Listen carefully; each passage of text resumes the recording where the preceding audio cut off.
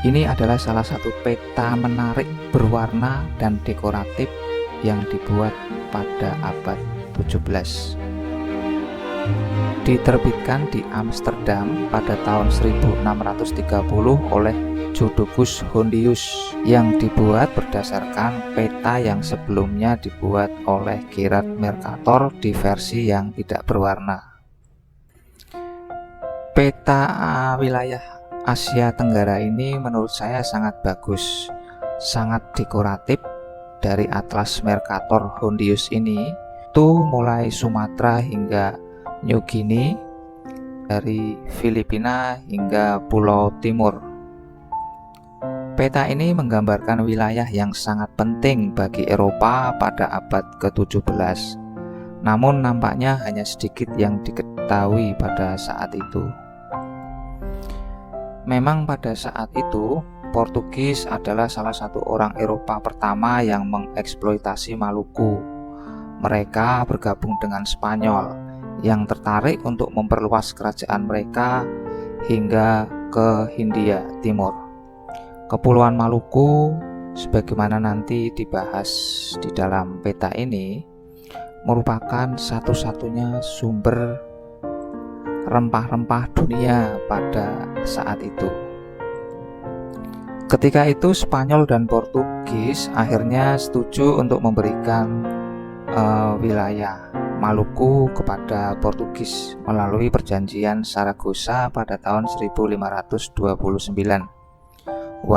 Namun pulau-pulau tersebut tetap diperebutkan selama 2 abad berikutnya. Kemudian pada awal abad ke-17, Belanda dan Inggris bersaing memperebutkan posisi mereka di wilayah ini. Disebabkan karena pada waktu itu Raja Spanyol Philip II menutup pasar rempah-rempah di Lisabon bagi pedagang Belanda dan Inggris pada tahun 1585, sehingga mendorong kedua bangsa itu melakukan perdagangan langsung dengan Asia. Pada tahun 1600, perusahaan Hindia Timur Inggris didirikan. Kemudian diikuti pada tahun 1602, perusahaan Hindia Timur Belanda atau VOC didirikan juga, di mana VOC memiliki kekuatan finansial lebih besar dibandingkan dengan perusahaan dari Inggris. Dan peta ini mencerminkan pengaruh Belanda di wilayah ini. Di sudut kiri atas peta terdapat tulisan judul dengan bingkai ornamen yang cukup menarik, berwarna biru dan merah serta coklat, serta dihiasi daun-daun dan buah yang mungkin ini adalah menunjukkan rempah-rempah. Judul peta berbahasa Latin yang kurang lebih berarti pulau-pulau utama Hindia Timur, di mana Kepulauan Maluku adalah yang paling terkenal. Di dalam peta ini juga menggambarkan wilayah perairan dangkal yang digambar berarsir di tepian pantai, di mana kemungkinan besar ini menunjukkan perairan dangkal. Dan juga di sini juga ada seperti kenampakan yang menggambarkan gosong pasir laut ya. Dan juga pemukiman besar atau pusat kerajaan juga digambarkan dengan gambar ikon berwarna merah. Dan di sebelah pojok kanan atas ada gambar 2 kapal yang sedang bertempur ya, nampaknya ya. Ini ada gambar asap yang mungkin menggambarkan bahwa ini adalah kapal Belanda dan kapal Inggris yang sedang bertempur di wilayah timur Filipina. Hal ini menunjukkan bagaimana kawasan ini menjadi area persaingan besar di era awal kolonialisme. Kemudian di bawah gambar kapal ini juga terdapat gambar kompas dengan garis-garis yang mungkin gambar kompas bergaris-garis ini membantu navigasi para pelaut. Kemudian di bawahnya juga ada catatan menarik yang dibingkai dengan ornamen yang bagus, di mana catatan ini berbahasa Latin yang kalau diartikan ke bahasa Indonesia kurang lebih berarti Kepulauan Maluku terdiri dari 5 pulau yang terletak di dekat Gilolo atau Halmahera, yaitu Ternate, Tidore, Moti, Michiam, dan Bajan atau Pulau Bacan. Di antara semuanya, Ternate adalah yang paling penting, sedangkan Bacan adalah yang terbesar. Dari pulau-pulau ini dihasilkan cengkeh, kayu manis, pala, jahe, dan berbagai rempah-rempah lainnya yang melimpah. Tulisan ini atau catatan ini dibingkai dengan ornamen dekoratif, disertai dengan ilustrasi-ilustrasi rempah-rempah ya, seperti lada, cengkeh, dan lain-lain.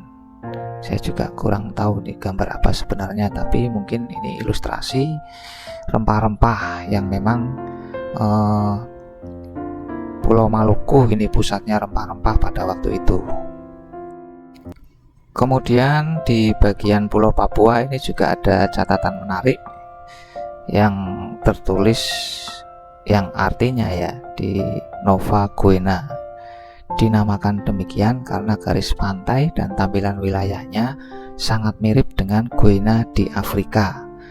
Apakah ia merupakan sebuah pulau atau bukan, masih belum pasti. Nah, itu catatannya seperti itu. Kemudian ada catatan menarik lainnya juga di wilayah laut di timur Pulau Timor yang sepertinya membahas perdebatan geografis terkait lokasi Jawa Kecil, Jawa Minor atau Nusa Tenggara, seperti yang dicatat dalam karya Marco Polo, dan terjemahannya kurang lebih adalah tentang lokasi Jawa Kecil. Pendapat para ahli geografi tentang lokasi Jawa Kecil berbeda-beda. Ada yang mendasarkan buku Marco Polo dari Venesia yang menempatkannya di bawah tropik Capricorn. Yang lain menganggap bahwa Pulau Sumatera adalah Jawa Kecil yang disebut oleh Marco Polo. Berdasarkan jarak dan lokasinya, serta berbagai keadaan lain, ada juga yang mengatakan bahwa Pulau Kambaba adalah Jawa Kecil. Kami dalam hal yang masih diragukan ini belum bisa memastikan apapun dengan pasti. Nah, itu catatan tentang Jawa Kecil yang untuk di masa selanjutnya Jawa Kecil itu dikenal sebagai Kepulauan Nusa Tenggara. Namun memang pada waktu itu dalam beberapa literatur Eropa yang mengacu perjalanan Marco Polo, Polo membedakan antara Jawa Kecil dan Jawa Besar. Yang pertama mengacu pada Pulau Sumatera, dan yang kedua menggambarkan Jawa sebagai pulau terbesar di dunia. Namun karena kesalahan dalam buku Marco Polo, Jawa Minor terletak sekitar di sebelah selatan Jawa Mayor. Hal ini menimbulkan kebingungan dan perdebatan di kalangan ahli geografi hingga awal ke-18. Ada yang menggunakan nama Jawa Minor untuk Australia atau New Holland, dan ada juga yang menggambarkan Jawa Minor untuk Sumatera, Sumbawa, atau mungkin bahkan Pulau Jawa itu sendiri.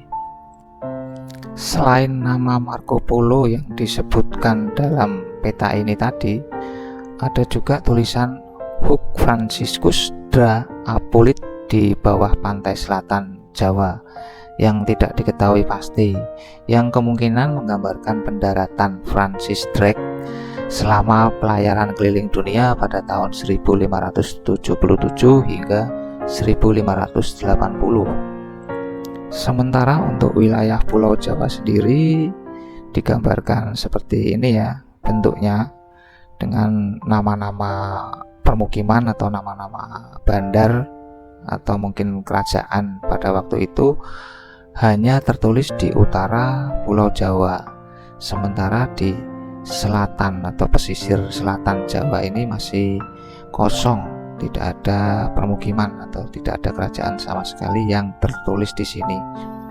Ada kemungkinan Pulau Jawa ini gambarnya masih belum pasti, seperti perdebatan tadi yang disebutkan. Jawa Mayor itu sebenarnya Pulau Jawa atau Pulau Australia atau wilayah Australia yang besar, yang wilayah selatannya belum dieksplor secara mendalam. Kemudian catatan sejarah lainnya terletak di pedalaman Kalimantan.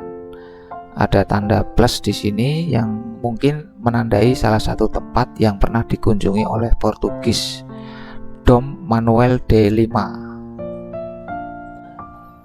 Oke teman-teman, jadi ini peta yang cukup menarik yang pertama kali dibuat oleh Gerard Mercator, kemudian dikembangkan oleh Jodocus Hondius melalui pewarnaan yang menarik. Jadi Jodocus Hondius ini adalah pendiri penerbit peta Belanda abad ke-17 yang cukup terkenal pada waktu itu.